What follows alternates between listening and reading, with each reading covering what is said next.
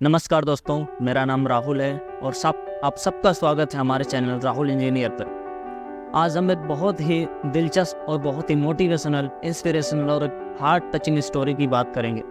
एक कहानी एक ऐसे लड़के की जो 20 साल का लड़का होता है और कैसे वो एक मामूली सी दुकान चलाते हुए वहाँ से बहुत सारे चैलेंजेस को फेस करते हुए अपने लाइफ में बहुत तरक्की करता है और एक बहुत ही सक्सेसफुल करोड़पति बिजनेसमैन बनता है। तो कहानी की शुरुआत होती है चाइना में एक लड़के से जिसका नाम होता है जिंग हाओ, जो एक 20 साल का लड़का है, मोबाइल रिपेयरिंग की दुकान चलाता है। उसके माँ बाप बचपन में ही चल बसे होते हैं और उसकी एक 8 साल की बहन होती है जो ज़्यादातर बीमार रहती है क्योंकि उसके हार्ट में प्रॉब्लम होती है। जब वो डॉक्टर को दिखाने जाता है तो डॉक्टर उसको बोलता है कि अगर जल्दी से जल्दी इसका ऑपरेशन नहीं कराया गया तो ये ज़्यादा दिन तक इस दुनिया में नहीं रह पाएगी। ये सुनने के बाद वो बेचारा बिल्कुल निराश हो जाता है क्योंकि इस दुनिया में उसकी बहन के अलावा और कोई नहीं होता है। लेकिन उसके पास इतने पैसे नहीं होते कि वो अपनी बहन का ऑपरेशन करा पाए। इसी बीच उसकी मुलाकात होती है एक उसके दोस्त से जो किसी वेयर हाउस में काम करता है। वो जिंग को ले जाता है और दिखाता है कि वहाँ पे बहुत सारे बॉक्सेज रखे होते हैं, ढेर सारे बॉक्सेज होते हैं जिनमें बताता है कि इसमें मोबाइल रखी हुई, नई मोबाइल है लेकिन इनमें माइनस सा डिफेक्ट है, जिनके कुछ पार्ट अगर तुम सही करके बेचोगे तो मार्केट में बहुत पैसा कमा सकते हो। जिंग सुन के बहुत खुश होता है कि अगर मैं इन पार्ट्स को सही कर लेता हूँ, इन मोबाइल को अगर बेच पाता हूँ तो मेरी सारी प्रॉब्लम ख़त्म हो जाएगी, मैं अपने बहन का इलाज करा लूँगा और जितने भी प्रॉब्लम है फाइनेंशियली मैं बहुत ही अच्छा हो जाऊँगा। लेकिन उसका दोस्त बोलता है कि अगर तुम्हें ये सारे मोबाइल चाहिए तो मुझे 1 लाख रुपए देने पड़ेंगे।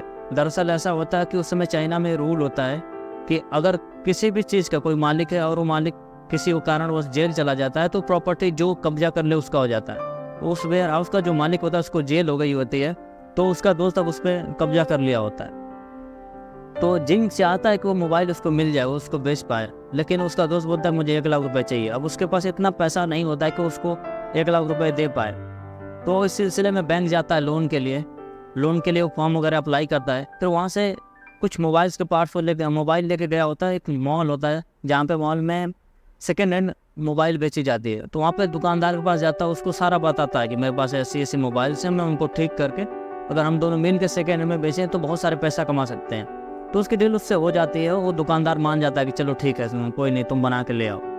अब वो उसका लोन पास हो जाता है, वो अपने दोस्त को पैसा देकर सारा मोबाइल वहाँ से ले लेता है और कुछ हफ्ते तक, 1-2 हफ्ते तक वो मोबाइल ठीक करके उस दुकानदार को देता है और दुकानदार बेचता है, चल रहा होता है। तब तक अचानक से वहाँ की गवर्नमेंट एक रूल ला देती है कि अब से कोई देश में सेकेंड हैंड मोबाइल नहीं बेच सकता है।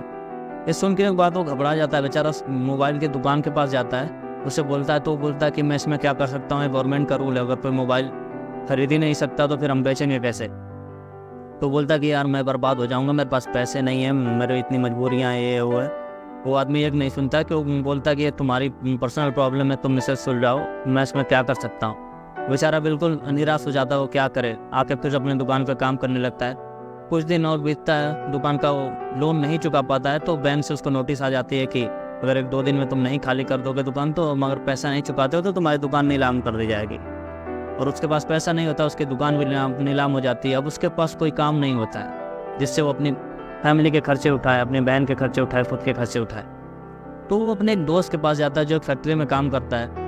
तो उसके पैर पकड़ लेता है और बोलता है कि मुझे काम दिला दो। उसका दोस्त मान जाता है, उसको एक विंडो क्लीनिंग का काम दिला देता है जिसमें वो हवा में लटक के जो कांच की खिड़कियाँ होती हैं उनको साफ करता है। कुछ दिन ऐसे चलता है, वो दिन में खिड़कियाँ साफ करता है और रात में अपने मोबाइल्स के पार्ट को ठीक करता है। लेकिन उस मोबाइल को बेचे कहाँ, मोबाइल बिकना इनवैलिड हो गया है चाइना में उस समय पे।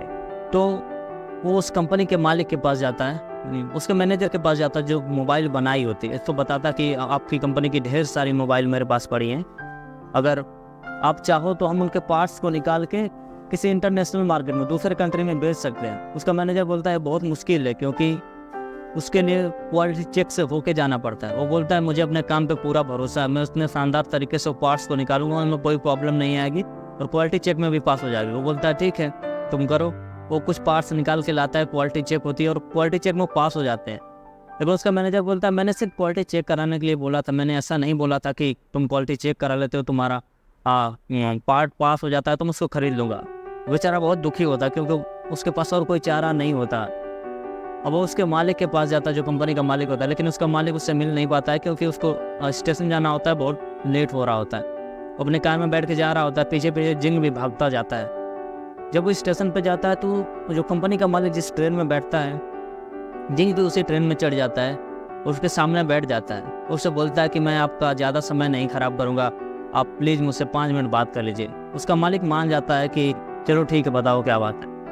तो उसको बताता है कि आपके ढेर सारे मोबाइल मेरे पास हैं और उसके पार्ट्स को हम निकालें और मार्केट में बेचेंगे तो उससे काफ़ी प्रॉफिट बना सकते हैं। तो उसका मालिक बोलता है कि तुम्हारी बात तो ठीक है, लेकिन हम तुम्हारी कोई मदद नहीं कर पाएंगे। अगर तुम निकालना चाहते हो तुम निकालो, क्वालिटी चेक तुम्हें खुद कराना होगा। तुम्हें ना तो हम कोई लेबर देंगे ना तो कोई पैसा देंगे। जब तक कि तुम सारे क्वालिटी चेक करा के हमें नहीं दे देते हो तब तक हम तुम्हें एक भी पैसा नहीं देंगे। जिंग मान जाता है इस बात को लेके, वो अपने घर चला आता है और वो सोचता है करे तो क्या करे, कैसे करे। फिर वो एक जगह को रेंट पे लेता है जो बहुत ही कबाड़ी सी जगह होती है, उसको साफ़ सफाई करके फैक्ट्री सा बनाता है और सारे मोबाइल्स को वहाँ रखता है। और फिर वो एक ऐसी लेडी के पास जाता है जो पहले ऐसे ही काम किया करती थी, कंपनी में बहुत एक्सपर्ट थी, लेकिन किसी एक्सीडेंट की वजह से उसकी सुनने की क्षमता खो गई होती है, सुन नहीं पाती है, तो कंपनी उसको निकाल दी होती है। वो उसके पास जाता है, ईमानदारी से अपना सारा प्लान उसको समझाता है लिख के कि ये ऐसे ऐसे है।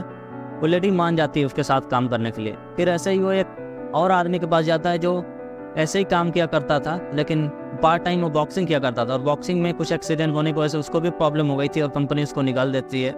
फिर उसके पास जाता है, वो भी काम करने के लिए मान जाता है। ऐसे ही एक और लड़के के पास जाता है जो एक लड़का होता है, एक हैकर होता है जिसको कंप्यूटर की जिसको और इंटीग्रेटेड सर्किट्स की नॉलेज होती है, वो उसके पास जाता है। तो उसको शादी करना होता है लेकिन उसके पास पैसे नहीं होते, तो उसको कन्विंस करता है कि तुम हमारे साथ काम करो, तुम्हें पैसे मिलेंगे, तुम शादी भी कर सकते हो।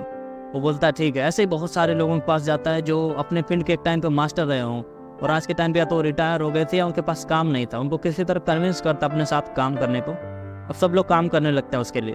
वो खुद दिन में जाके वहाँ विंडो क्लीनिंग करता है क्योंकि वहाँ से उसको पैसे मिल रहे होते हैं। अभी उसकी फैक्ट्री से कोई पैसा नहीं मिल रहा होता, तो वहाँ जाके वो काम करता है और विंडो क्लीनिंग करके पैसे इकट्ठा करता है और रात में खुद वो काम करता है, वो जो पार्ट्स निकालता है। पूरे दिन ऐसे चलता है। जो उसके साथ जो हैकर था जो शादी करने वाला था, उसको एक लड़की मिलती है, वो शादी कर लेता है। जिंग भी उसकी शादी में गया होता है अपने बहन को लेके और सब कुछ हो जाता है, पार्टी खत्म हो जाती है, वहाँ से रात को आ रहा होता है। जब वो घर पे आता है तो देखता है कि उसके घर पे एक नोटिस लगी होती है जो उसका मकान मालिक उस पर लिखा होता है कि तुमने पिछले 3 महीने का किराया नहीं दिया है, अब जब तक तुम किराया नहीं दे देते तब तक तुम घर में एंट्री नहीं मिल पाएगी।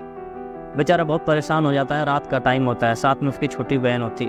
वो करे तो क्या करे, वो लेके अपनी बहन को उसी फैक्ट्री में जाता है जहाँ पे ढेर सारे अपने मोबाइल्स को रखा होता है, जहाँ पे उसके साथ लोग पार्ट्स निकालने का काम करते हैं।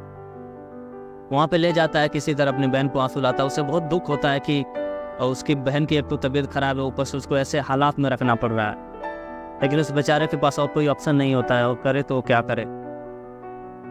फिर दिन होता है, वो अपने काम पे चला जाता है। ऐसे कुछ दिन चलता है, लोग काम कर रहे होते हैं, वो अपने बहन के साथ वहीं रात में रहता है। अभी कुछ ही दिन बीते होते हैं, तब तक ये जो फैक्ट्री होती है जो इसने जगह रेंट पे ले रखी है, तो उसका भी मालिक उसको बोलता है कि तुमने पिछले 1 महीने का किराया नहीं दिया है और अगर तुमने 2 हफ्ते में किराया नहीं दिया तो जगह खाली करनी पड़ेगी। बेचारा बहुत परेशान हो जाता है कि अभी घर रहने का उसके पास घर तक नहीं है, खाने के लिए किसी तरह वो पैसे का इंतजाम कर पा रहा है, करे तो क्या करे। वो उस कंपनी के मैनेजर के पास जाता है जिसने मोबाइल बनाई रही होती है। वहाँ पे जाता है, उसको सारी सिचुएशन बताता है कि मेरे पे इतनी प्रॉब्लम से ये है वो है, आप कुछ पैसे दे दीजिए, जब हम मोबाइल आपको जो पार्ट देंगे तो उसमें कट जाएगा।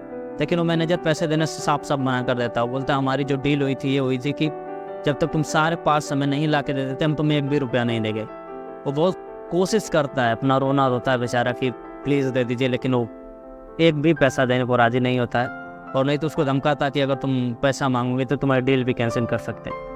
बेचारा वहाँ से वापस आ जाता है, बहुत निराश होता है, उसके पास कोई ऑप्शन नहीं दिख रहा होता है।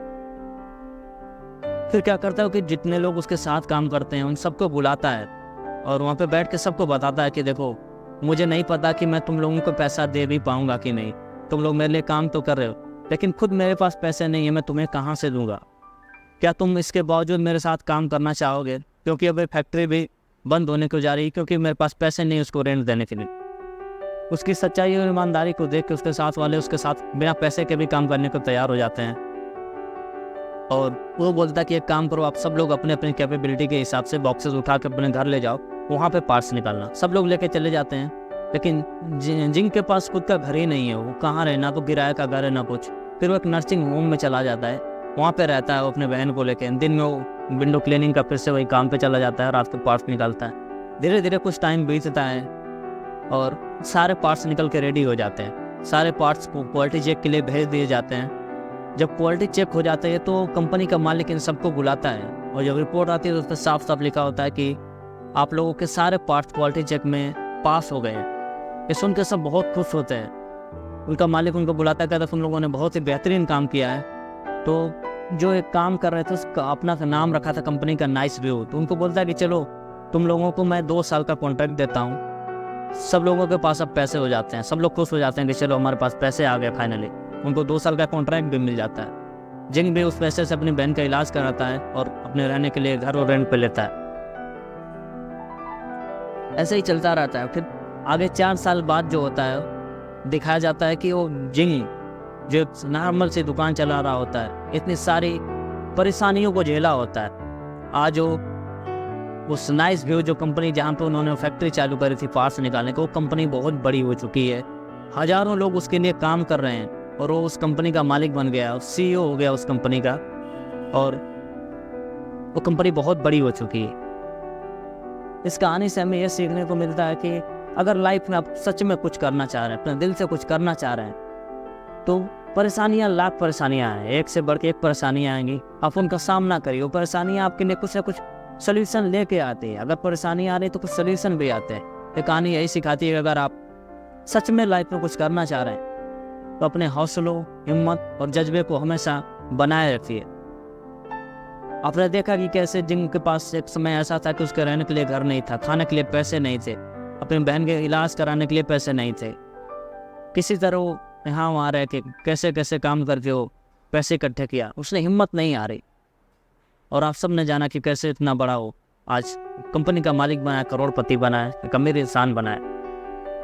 वीडियो देखने के लिए आप लोगों का बहुत बहुत धन्यवाद। अगर आपको वीडियो अच्छी लगी हो तो लाइक शेयर करिएगा, चैनल को सब्सक्राइब करिएगा। Thank you.